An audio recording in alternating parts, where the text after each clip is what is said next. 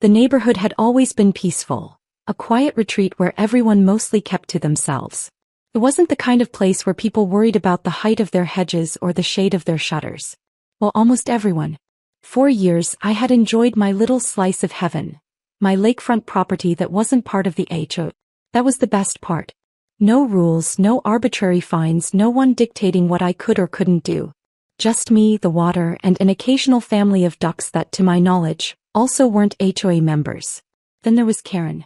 Karen, the self-proclaimed queen of the cul-de-sac, had a presence as commanding as it was unnecessary. She strutted around the neighborhood with a clipboard in hand, a permanent scowl, and the kind of attitude that made even the most patient neighbors sigh and pull their curtains shut when they saw her coming. Her power. HOA board member. Her mission? To enforce rules whether they were real or completely made up. It started with little things. One morning I stepped outside to find her standing at the edge of my property, hands on her hips, scrutinizing my mailbox like it had personally offended her. "This is non-compliant," she declared. I blinked. Non-compliant with what? He didn't hesitate. "The HOA guidelines." I leaned against my fence. "Karen, I'm not part of the HOA. Pause. A long one. She narrowed her eyes like I'd just told her I wasn't part of the human race. "That can't be right." I shrugged. "It is." Karen's jaw tightened. "Your property is in this neighborhood. And that means you should want to be part of the HOA. I laughed. Not because it was funny, well, it was a little funny, but because I couldn't believe she was serious. "Yeah, I'll pass." Karen was undeterred. She sniffed, flipping a page on her clipboard. "We have a shared responsibility to maintain neighborhood standards. Your property affects everyone else's property values." I gestured toward my well-maintained lawn, the neatly painted house, the pristine driveway. "How exactly is my property bringing anyone down?" She had no answer, but that didn't stop her. Instead, she changed tactics. "The lake," she said, as if that explained everything. "What about it?" She straightened up as though about to make an official declaration. "The HOA has rules about how the lake is used." I raised an eyebrow. "That's great for the HOA. But again, not a member." Karen pursed her lips, frustration creeping into her face. "You live next to it. That makes it a shared community feature." I smirked. "Karen, this lake is on my deed. Private property. Not shared. Not yours." It was clear she hated that answer. For a long moment she just stood there, her lips twitching, her fingers clenching and unclenching around her clipboard. I could see the wheels turning in her head, desperate to find some argument that would put her back in control. Finally she huffed. "We'll see about that." And just like that she marched away, already making notes, already plotting her next move. I should have known that was just the beginning. A few days later, I woke up to find an envelope taped to my front door. Not slipped into the mailbox. Not handed to me personally. Taped. As if it were an eviction notice or some urgent government decree. I peeled it off and unfolded the paper, already knowing exactly who it was from before I even read the first line. Notice of violation. Your property is in direct violation of HOA guidelines regarding shared community spaces. Please remove all non-compliant structures from the lakeside area immediately. Failure to comply will result in further action. At the bottom, in an aggressively fancy signature, Karen HOA Compliance Committee.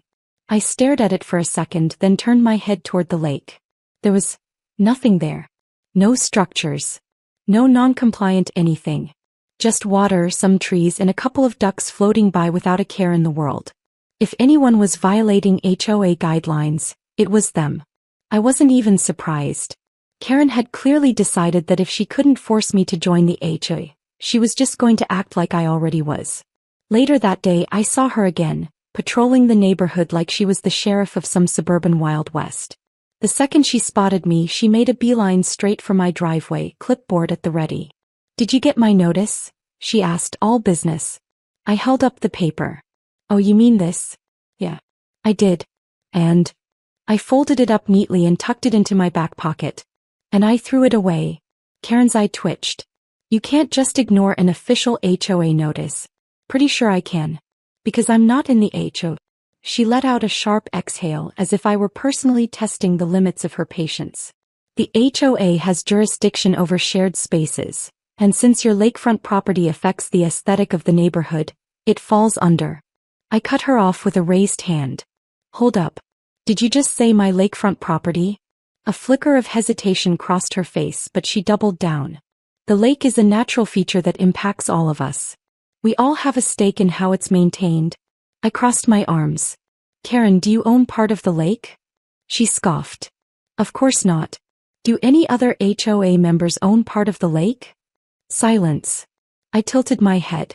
That's weird. Because I do. Her lips thinned. That doesn't mean you can just do whatever you want with it. I grinned. Actually, that's exactly what it means. For a moment, Karen looked like she might explode. Then, in true Karen fashion, she composed herself, straightened her clipboard, and put on her best "this isn't over" expression. Fine, she said, voice tight. But if I see anything violating HOA standards, I'll have no choice but to escalate this. I gave her a thumbs up. You do that. She spun on her heel and stormed off. I figured that was the end of it. I was very, very wrong. Over the next week, Karen went into full enforcement mode. First, it was the petty violation notices. Every day, a new one would appear, always taped dramatically to my door, always signed with her overly aggressive signature. Notice: unauthorized landscaping adjustments detected near community water feature. Notice: unregistered personal dock structure. Must be approved by HOA. Notice: non-compliant outdoor furniture visible from HOA properties. I had no idea what she was talking about. I didn't have a dock. My furniture? A couple of Adirondack chairs by the shore. Landscaping? The trees? It didn't stop there. One morning, I saw her standing at the water's edge with a ruler. A ruler. I stepped outside, coffee in hand, and just watched as she kneeled down, pressed the ruler into the ground, and squinted at the measurement. What are you doing? Finally asked. She didn't even look up. Checking grass height. I stared at her. On my property? She sniffed. It affects property values. I took a long sip of my coffee. Karen, you're trespassing. She stood up, brushed off her knees, and huffed.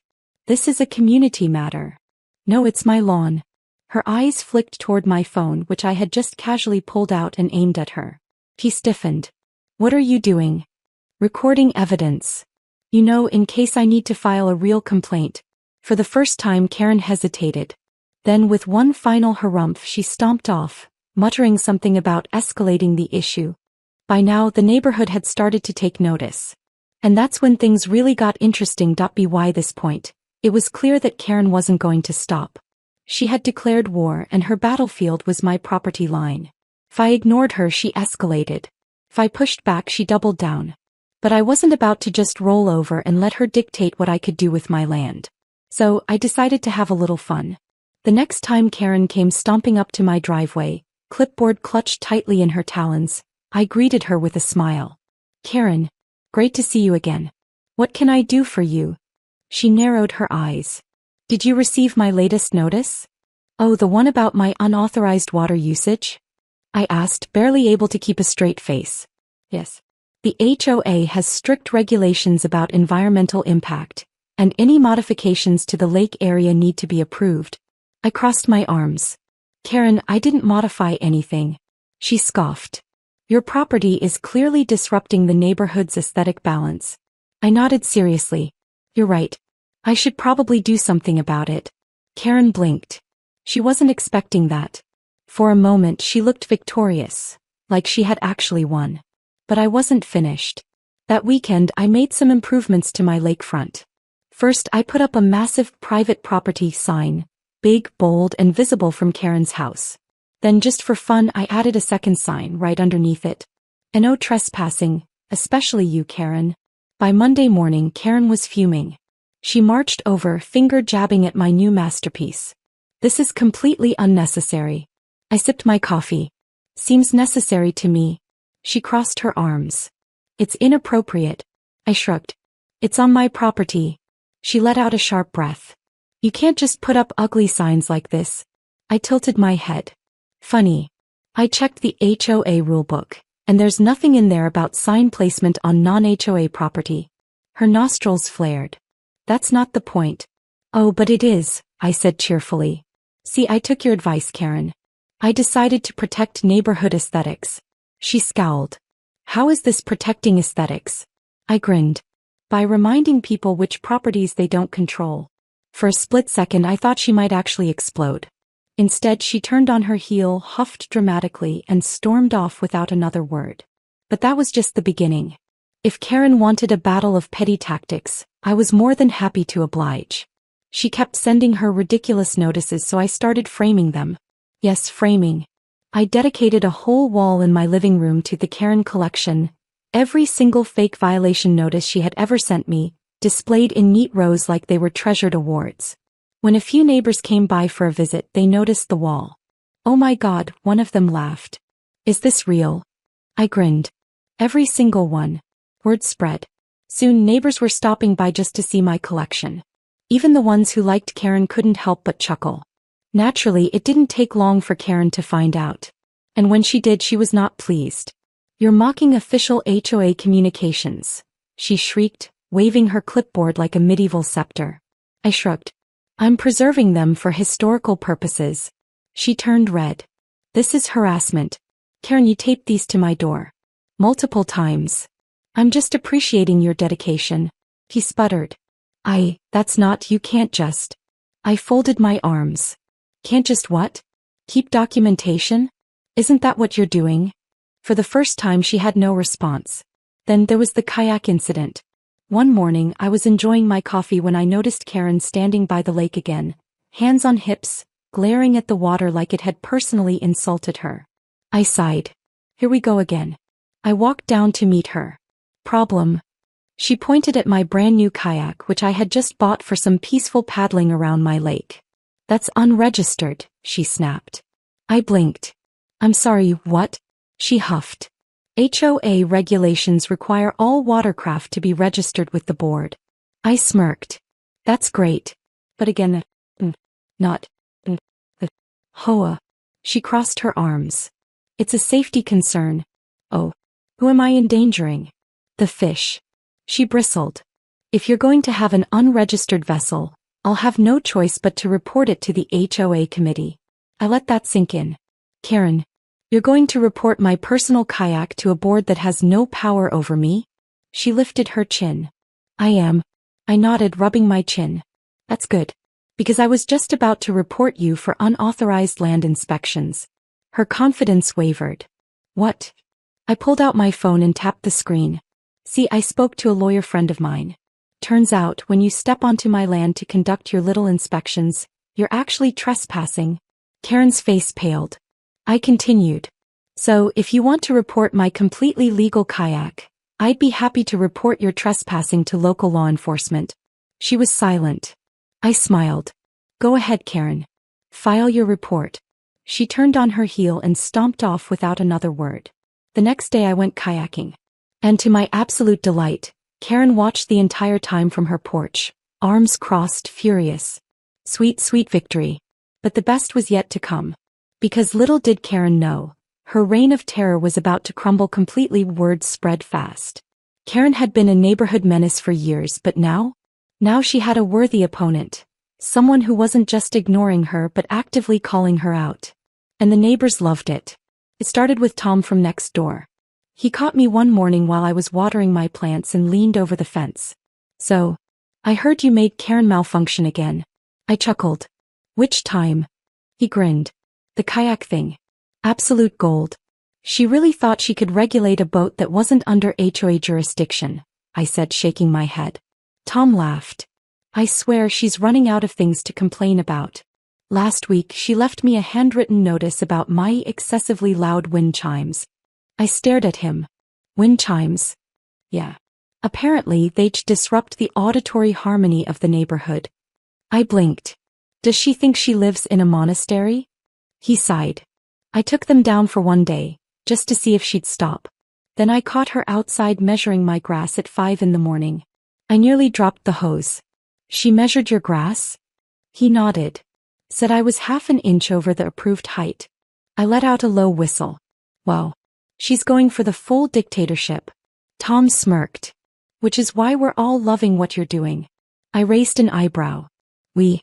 He leaned in conspiratorially. Oh buddy. You have fans. Apparently, my silent resistance had inspired the masses. That weekend, a few more neighbors started showing up, casually mentioning their own Karen horror stories. Linda across the street admitted she had been fined for having non-HOA approved garden gnomes. Dan, 2 houses down, confessed that Karen once measured his garbage cans to make sure they were the right size for the HOA's aesthetic standard. Even old Mr. Peterson, who had lived in the neighborhood since before the HOA was formed, muttered, "That woman tried to fine me for using unapproved sidewalk chalk when my grandkids were visiting." I was floored. "Why does no one push back?" I asked. Dan shrugged. "We all just got used to it. Easier to comply than deal with the headache."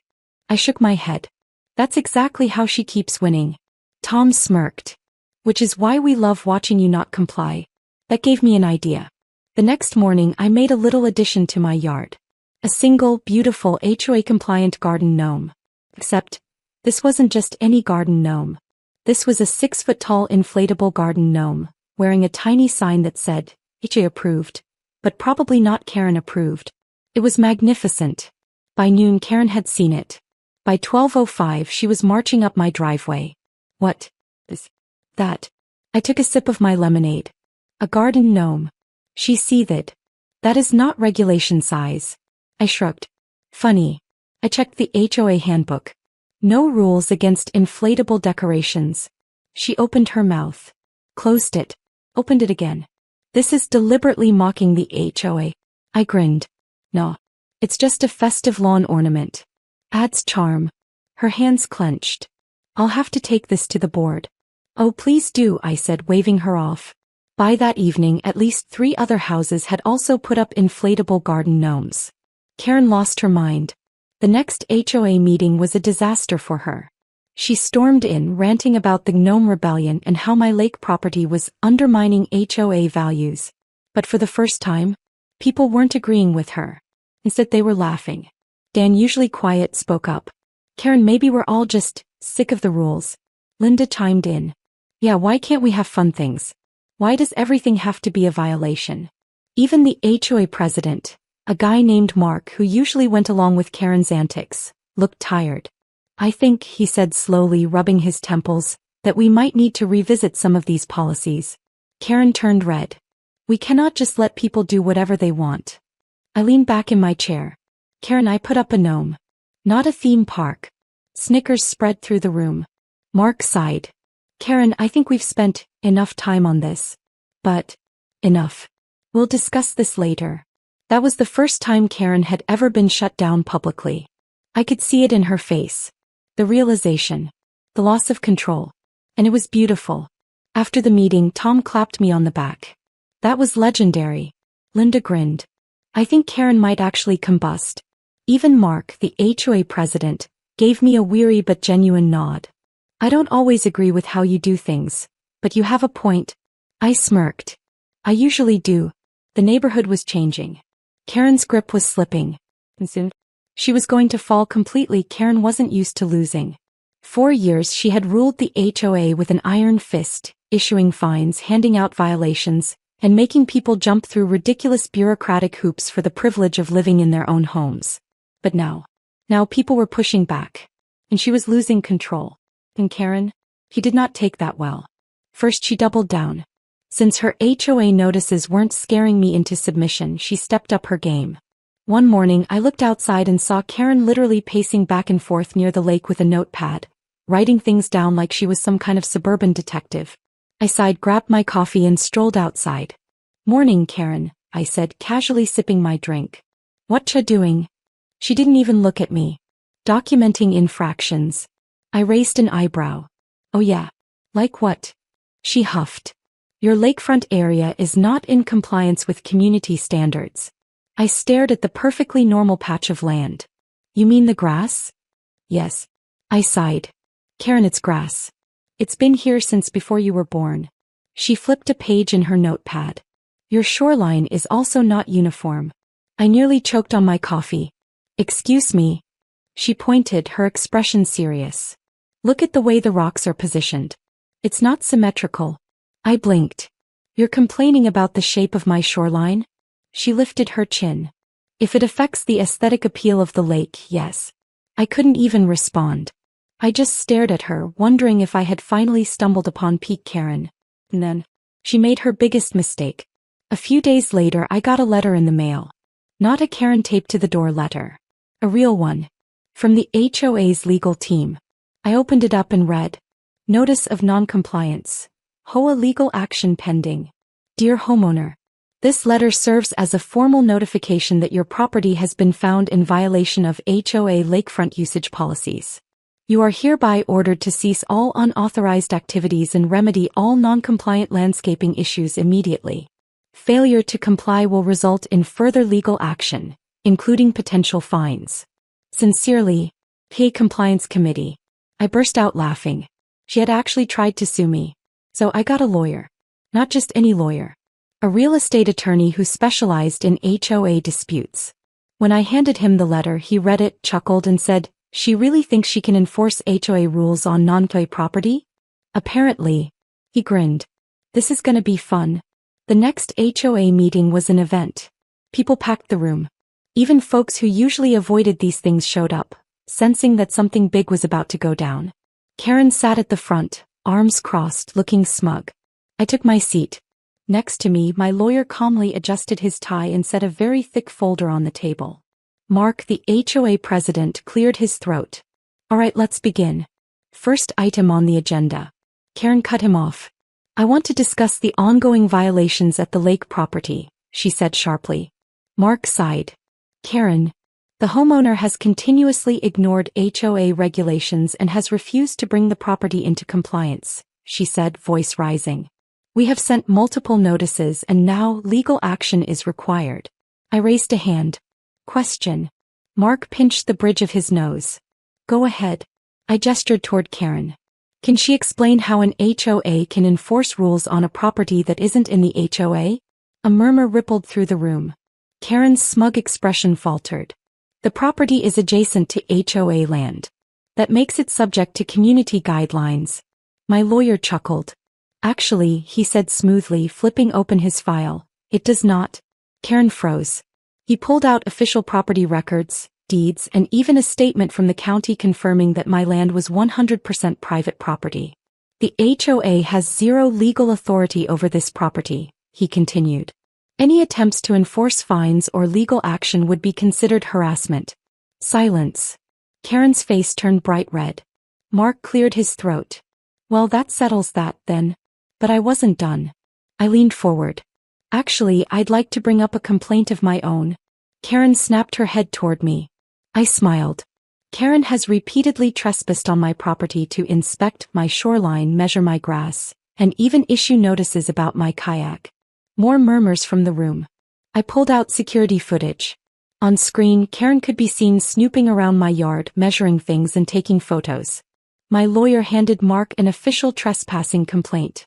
The homeowner formally requests that Karen be barred from stepping foot on his property, he said smoothly. Failure to comply will result in legal action. The look on Karen's face? Priceless. Karen tried to defend herself. She stammered, I was just ensuring, I was following protocol. But it was too late. The room had turned against her.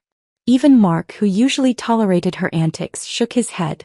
Karen, this has gone too far. The final nail in the coffin? The HOA voted to remove her from the compliance committee. Just like that, her power trip was over. She sat there, stunned as the realization hit. For the first time, Karen had lost. That night, as I sat on my porch watching the lake, Tom walked over, beer in hand. You did it, he said with a grin. I smirked. I had help. He raised his drink. To Karen's downfall. We clinked bottles. And for the first time in a long time, the neighborhood felt peaceful. At least until Karen tried one final stunt. Karen wasn't the type to go down without a fight. Even after being publicly humiliated, legally shut down, and officially stripped of her HOA authority, she still had one last trick up her sleeve. Because of course she did. A week after the infamous HOA meeting, I woke up to find a brand new violation notice taped to my door. But this one was special. It wasn't from the HOA. It was from Karen herself. Handwritten, scrawled in furious ink and taped with enough force that I almost had to pry it off the wood. Final notice. The HOA may have turned against me, but I will not stand by and let you continue to disrupt this community. Consider this your last warning. If you do not comply, I will escalate this further." I read it twice.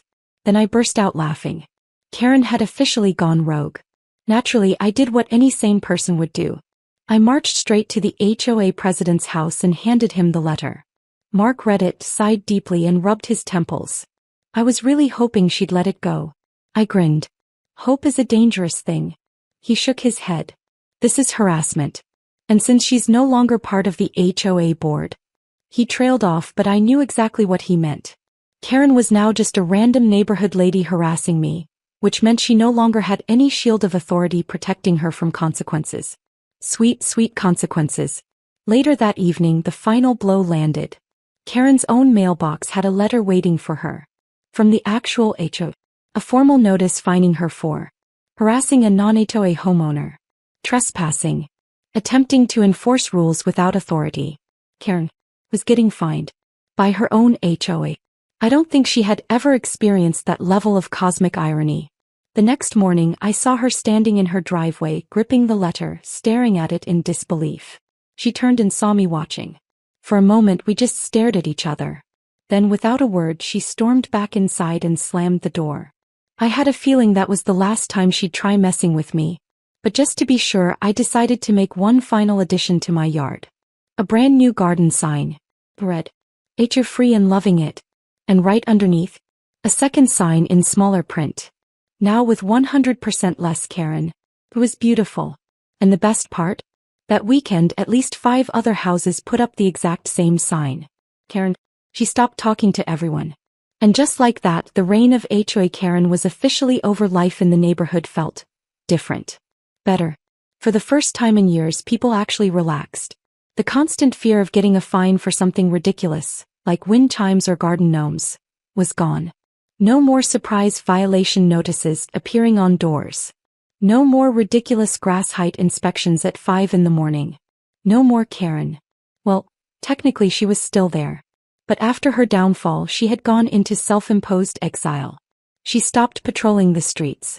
She stopped handing out fake citations. She stopped talking to anyone who had ever defied her. Which meant basically everyone. Her once pristine front lawn, which she had spent years meticulously maintaining like it was a sacred temple of suburban superiority, started losing its perfection. A weed or two popped up. Her bushes grew a little uneven. Her driveway developed a stain.